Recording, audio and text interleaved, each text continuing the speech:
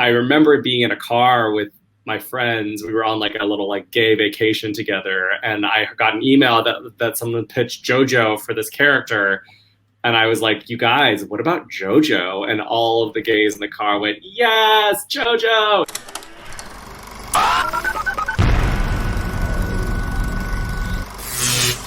Hello and welcome to a brand new episode of Pop Culture Planet. I am so thrilled to be chatting with writer and producer George Northy, who you might know best for writing GBF, working on Faking It, and Charmed. I cannot wait for you guys to check out this conversation. When I think about, just impactful LGBTQ stories that I have loved so much in TV and film, I just like automatically think of you, which is, just so funny because, we've worked together a little bit, but also I've been a fan of yours since like GBF days, No, that's so cool to hear. Like, it's so funny. I just posted recently on Twitter and stuff, like, I was in the Outfest screenwriting lab with GBF 10 years ago, like right around this week. So it was like, it's been a journey. It's crazy to think it was 10 years ago. I've loved all of these, different projects you've been a part of. I feel like I'm literally just following your career. Mm-hmm.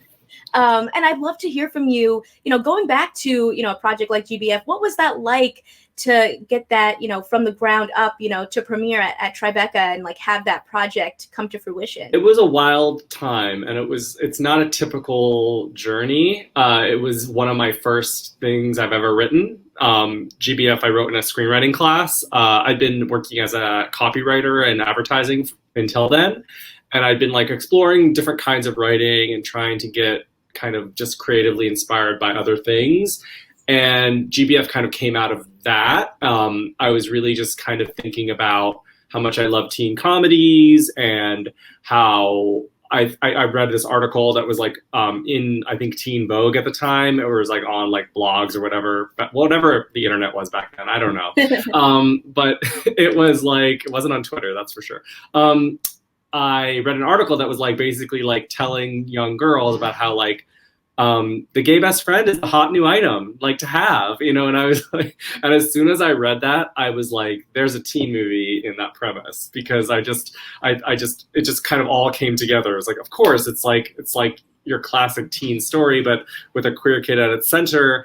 And he gets to go on this journey of being commodified and treated as an object, and has to kind of form an agency over the time in the movie. So yeah, that kind of just was like my initial idea, and it kind of poured out of me, and I realized I really liked writing and I had a talent for it. So it really it kind of spiraled from there, where I got into the Outfest screenwriting lab with that script, and after that, I met Darren Stein, who ended up directing it, and we got it into Tribeca, and it all kind of happened within the course of like 2 years, which is not typical at all. And most people do not get their first screenplay produced. So I know I'm very lucky and was in the right place at the right time with the right script, I think. That's incredible. That is insane to me that was the first script that you had written. And it became, a movie, and it had so many incredible people in it. Michael Willett, JoJo, like the cast was insane. I remember covering it at Tribeca and just being like, this is such an incredible movie. It was great, and people just seemed to really enjoy the script, and like, so they signed on. But we didn't have any money to make the movie, so it was like a very cheap budget, and it was kind of like actors were reading the script and finding the characters fun and being like, hey, yeah, I'll agree to this. And so we ended up getting this like dream cast of people I never expected. Like, I remember being in a car with my friends. We were on like a little like gay vacation together, and I got an email that someone pitched JoJo for this character. And I was like, you guys, what about JoJo? And all of the gays in the car went, yes, JoJo. So like, it was just like that kind of a fun thing. And I was like, I sent the email back. I was like, absolutely, send her, like, please. And yeah, like getting Megan Mullally was incredible. And the whole cast was just like exactly perfect. So we were really lucky in that. That everyone agreed to do it. From there, I'd love to hear how you went from GBF to Faking It and then into Charmed. After GBF was made, I kind of decided like it was time to move to LA. I was living in New York before then, and I came out to film the movie in LA, but I was like, okay, I really want to make this happen. I've always been more of a TV guy than a film guy. Like, I wrote a film, obviously, first, but I think TV was always where I wanted to end up, even though I'm starting to think about more getting back into features, maybe. But, like, I really always want to stay in TV because it's just the best place for writers, I think. So I was like obsessed with getting into the TV world. I'd seen Awkward, and I was like, this is great. That's how we cast Molly Tarlov, who was one of the stars of Awkward, in GBF. And I was like, oh, I really want to meet with MTV. I feel like they're doing some really interesting stuff with like teen comedy, which is like kind of what I've learned I can do pretty well. And so I had some meetings with them. I remember they were telling me about the projects that were like currently in development, and they told me about Faking It. And I thought, oh, damn it. Like, this is the kind of idea I would have pitched off of Faking It and been like, this is how I would like kind of continue my tone and my like idea, but someone has already gotten there first. So I was thinking like, well, if there are any staff options for that, I would love to be a part of the conversation. And luckily, when the pilot got picked up, they cast Michael Willett, who happened to be in GBF, in Faking It, which I think made the connection even stronger, and also made Carter Covington more interested in reading me, because he was like, oh, like, Michael's going to be in this movie, like, written by this guy, like, let me read and the tones were very similar. It really felt like the same kind of vibe of both the film and the show. So it became kind of a natural thing. And that kind of happened pretty quickly after I moved to LA, which was really lucky again. I was in the right place at the right time. And that was an amazing experience. We did 3 seasons, which were like all different sized episode orders. Got to write all these episodes. It was a really small room, which was amazing for learning. Like, we had started out with 3 staff writers and 2, like, the showrunner and then a co-EP. So like, you had to learn very quickly because there was only 5 people in that room, 5 writers, and then assistants, of course. But you had to kind of like just hit the ground running, because if you didn't talk, like, there's no one's going to be talking. So you kind of had to start to learn how to like just carry the weight of like doing your own scripts and pitching ideas constantly and being on set and stuff. So that was a really incredible learning experience. I'm so close with everyone still on that staff. I love them, and I still like see them all the time. And then after Faking It got canceled, it wasn't like the most easy time, because getting your second show is sometimes harder than getting your first. Or they're both really hard. So like, I think they're about equal level. And then hopefully your third is easier. But so I was trying to work on my own stuff for a while. I sold a couple ideas. So I worked on some pilots and some potential feature ideas that didn't go anywhere further than, but I did get paid for a little bit of that writing. So that helped to sustain me until Charmed came along. And Carter had been talking to me about Charmed because his friends Amy and Jessica had, who he knew from Greek, had been like co-creating it and co-developing the new version of it. And he had already been talking about me to them. And then Carter came on as the showrunner, which he hadn't expected to do. So then he, of course, had already been talking to them about me. And then when he came on, he brought me on along, which was another great step, because I'd always wanted to do drama and to do genre stories. And it's hard to break into that world if you've only done like half-hour comedy. So that was a really good transition, because the original tone of what the Charm that they wanted to do was very comedic, but also with lots of fun genre and action and drama. So like, it combined everything I love. So that was amazing as well. Faking It and Awkward were the first shows that I got to work on scripted wise. Mm-hmm. I'd worked on a bunch of reality shows for MTV, but scripted wise, Faking It was the first show I ever got to touch. And I was like, this show is incredible. And to watch you guys bring these stories to life, you know, it felt so, and it is so groundbreaking that we got to see like the story centered around basically a lesbian couple, and also get introduced to the intersex storyline with Lauren. Like, all of that was just like, you know, never really been done before. I'd love to hear about what it was like kind of writing those stories. It was really awesome. Like, it was really cool to kind of know that, like, so of our 5 leads, we had one character was intersex, one character was gay or queer. One character was definitely a gay dude. one was Amy was kind of like figuring out who she was, you know, like she's probably a lesbian, but like she was kind of in the middle of like figuring that out. You had Karma, who was like, you know, we never got to really explore her spectrum of sexuality, but we always planned to. So we always felt like she was probably mostly straight, but a little bit on the bi spectrum.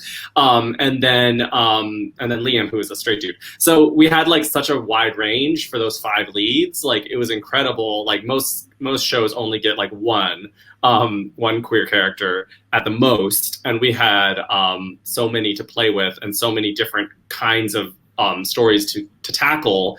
And yeah, I think like for me, the intersex storyline was the most interesting and rewarding because I knew so little about the intersex community when we started, and so did all of us. It was just kind of an idea that sprung out of like, what could Lauren's like backstory be and what could her secret be? And then Carter and Wendy and the rest of the writers' room, we all started like talking to intersex advocates and real intersex people. They came into the writers' room and talked to us.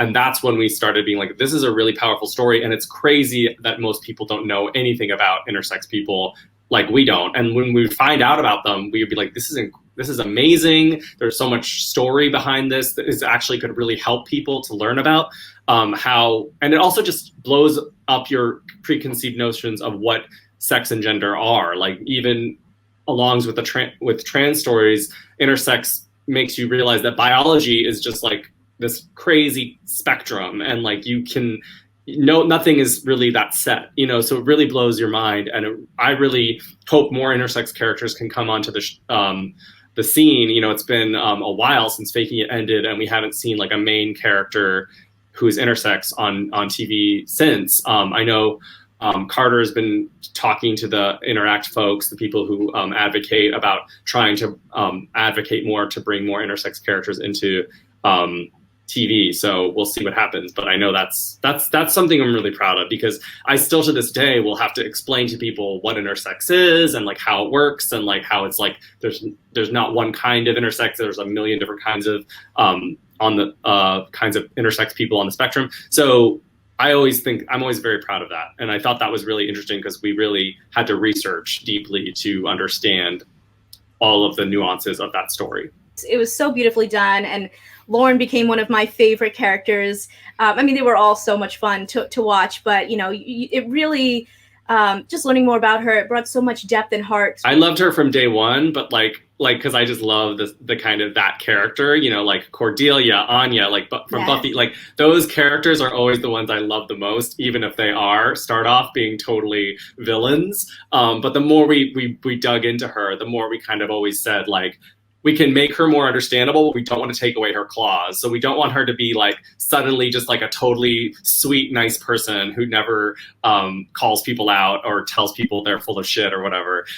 So I thought that was really important to us to like really keep her nuanced and not just like once her secret is revealed, she suddenly becomes like a goody two-shoes who just everyone wants to be, who just is like a boring character. So we really loved that she got to keep her sassiness and her claws and her edge while still understanding her better. Going from Faking It to Charmed, I feel like there's like all these little connections of like, you know, someone was on one show, someone was on another show, then, you know, working with Carter again. And I just love it. It feels like there's like these like, you know, little connections and roots in everything that you've done that kind of all go back to each other. But, you know, Charmed, obviously huge fan of your work on that show. And, you know, I was so excited when it was coming out. I was even more excited when I saw it was you and Carter and Carrie and everybody coming back. I was like, yes, you know, reunited to, you know, to see all you guys back together again, making amazing shows. And of course, in this show, you have Mel, who's another LGBTQ character. And I would love to hear about what it was like, you know, writing for her and you know, working on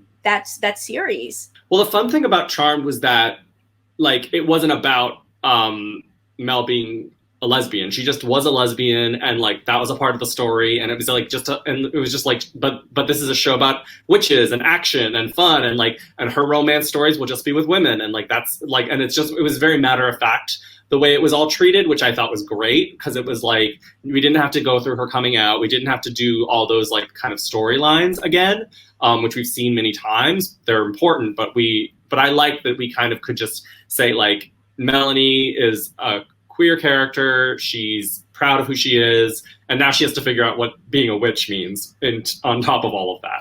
So I thought that was really fun, and I liked all of everything we were able to do. But like for me, the fun of that show was all the fun and the magic and the action, and then finding a way to make it all connect to their real lives, which were just the matter of fact daily lives they lived.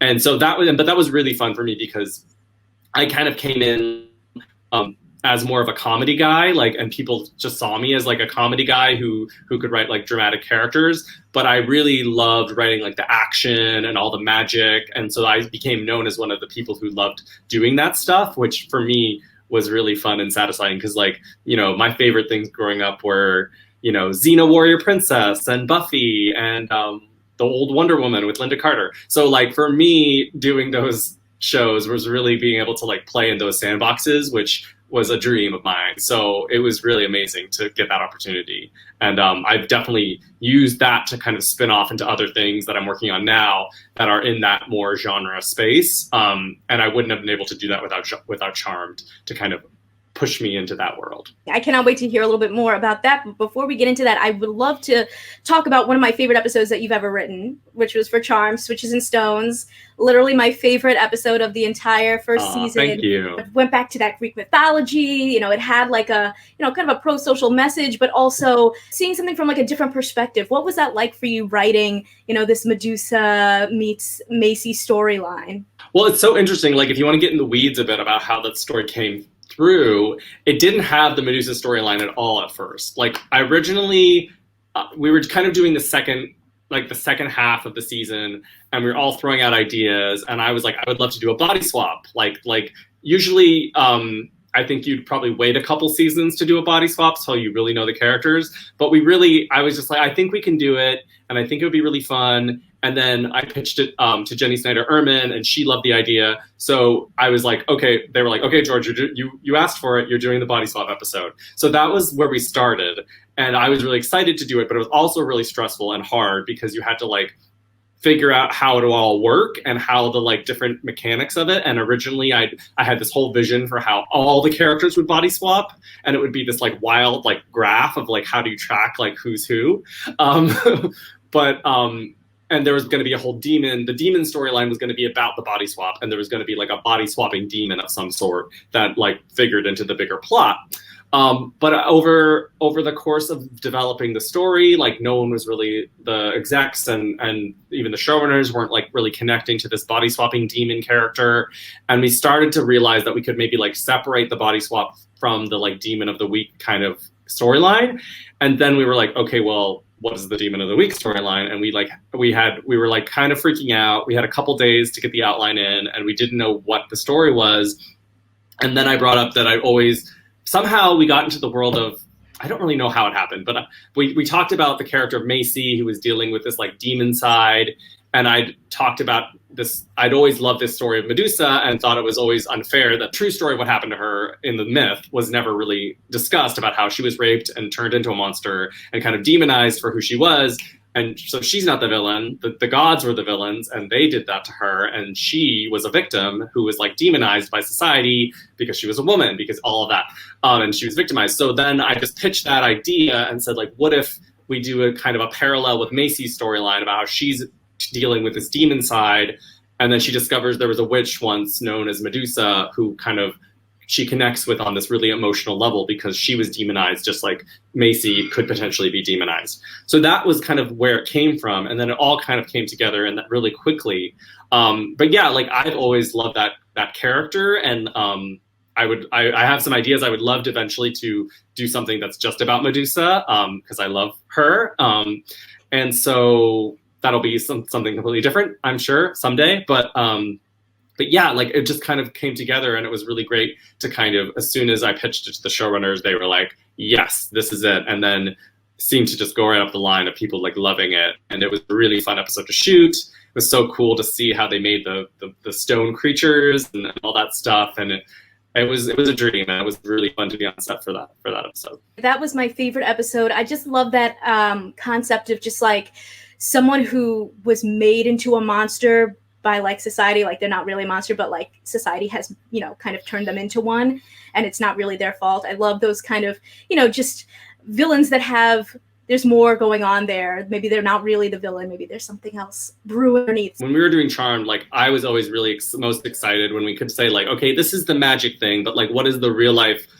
idea behind it? And for me, Medusa is so clear. It's like how women can be demonized and turned into monsters by history and by society when they're victims. So like, that really kind of resonated with me and with everyone. So like whenever we kind of came to that idea, and I think like we did it a couple other times this season that really like hit the like idea of the metaphor home. That for me was like the best part of the show and was the most close to like your Buffy's, or where you really felt like the metaphor was very clear, but the story was also super fun and magical and interesting. Looking back at all these projects, GBF, you know, talking about, you know, accessorizing, you know, a gay best friend, or with Faking It, talking about the transgender experience, the intersex experience, the lesbian experience, you know, coming out, figuring it out who you are. And then with Charm, talking about a character like Mel, who doesn't need to come out, is figuring out other things in life, like being a witch. I would love to hear about how you tell authentic LGBTQ plus stories. I think it definitely starts with having queer and LGBTQ people in the writer's room. That always helps to like bring authenticity, and also to like avoid, you can definitely like touch on tropes. Like you can do coming out stories, but it's always helpful when you can do a new spin on them and kind of hear from people's experiences and kind of take them and twist them in new different ways and based on like what's happening now. And I think it's really just telling, I mean, like I always kind of play with, go back to the idea of tell the story you would have wanted to see. So like when I wrote GBF, I was very much writing the story the movie that 15-year-old George would have been obsessed with. So like you just kind of like, if you just think in that terms, I think the representation will come really easily, and you just kind of tell the stories that you're excited about. And of course, like if you're representing a community you're not a part of, like the intersex community, for example, you have to go out and like find their voices and find out what issues are interesting to them. And usually that creates great stories. Like I'm trying to remember an example, but like when we had these intersex people come in and talk to us about their stories, we were like, oh, that would be great for Lauren. Like that kind of a conflict between her and her parents, like the kinds of conflicts that exist in their lives became really, really cool to dramatize. And also they became more and more real and authentic.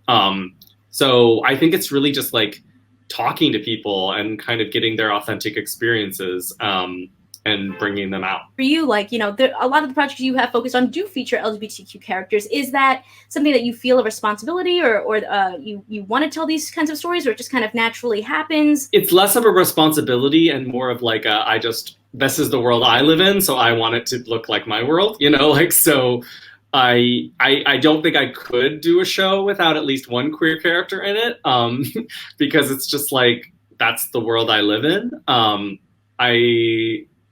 mean, I don't think I have that I can think of that hasn't had someone on the LGBTQ spectrum in them. So for me, it's just like, I can't connect to a story that doesn't have strong women in it, doesn't have some queer representation. It's just like, I mean, obviously if the story took place in a time when that didn't exist, I mean, that isn't really true because queer people have always existed. But I think there's probably versions of stories that don't have queer characters in them. But for me, generally, especially when I'm creating something from nothing, I'm like, well, there's got to be some sort of queer representation, just because I feel like that's my world. So I want to put that into the show. It's like completely selfishly, even if you weren't trying to represent communities, it's just like, it makes better stories and more interesting stories to have diverse casts and diverse characters. Like, it's just not as boring, I think. You kind of mentioned a little bit of some upcoming projects you're working on. I don't know if there's anything that you'd be able to share with us. I have these 2 projects I'm currently working on that I'm very excited about. They're both kind of streaming shows, so I'm in different stages of development with them. I don't know how much I can say, but the one that's further along, I sold it in summer, this past summer.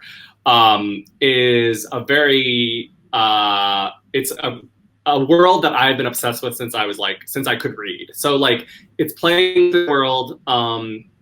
It's very fantasy, very genre, but with definitely like a big queer heart to it. So I can say that, I guess. So I'm hoping to hear more about that soon. So we'll see. And then the other thing I'm working on is something I sold more recently with actually Amy Raridan, who is one of the co-creators or co-developers of the new Charmed. And she and I really connected in the writer's room, and we had this idea that really kind of felt like something we could create together. So we recently have pitched and sold that. So that's another one that's really exciting. It's not a genre piece per se, but it's like, well, it is. It's kind of a different genre, but it's not sci-fi or fantasy, but it's in a genre world. It's really fun. And of course, it has some queer representation, of course, as well, because we can't not do that. But yeah, like I'm really excited about both of those projects. It's going to be really fun to write a pilot with Amy, which hopefully we'll be doing soon. And the other pilot is in the stages of being done, and I'm hoping we'll hear more about it soon. But they're both very, very fun and very LGBTQ forward. I'm gonna watch everything that you do, so I cannot wait, to see what you have coming up. And when these projects, get the green light, I will, of course, be the first person watching. Amazing! Thank you so much for your support, and I've been so enjoying following you and your kind of social media and like criticism journey and becoming like a big YouTuber. And I think it's really fun and really exciting what you're doing too. Oh, thank you. I appreciate that. Thank you, and happy Pride. Yes, happy Pride. If you like this one, you can check out more Pop Culture Planet right over here, and I'll catch you in the next one. See ya.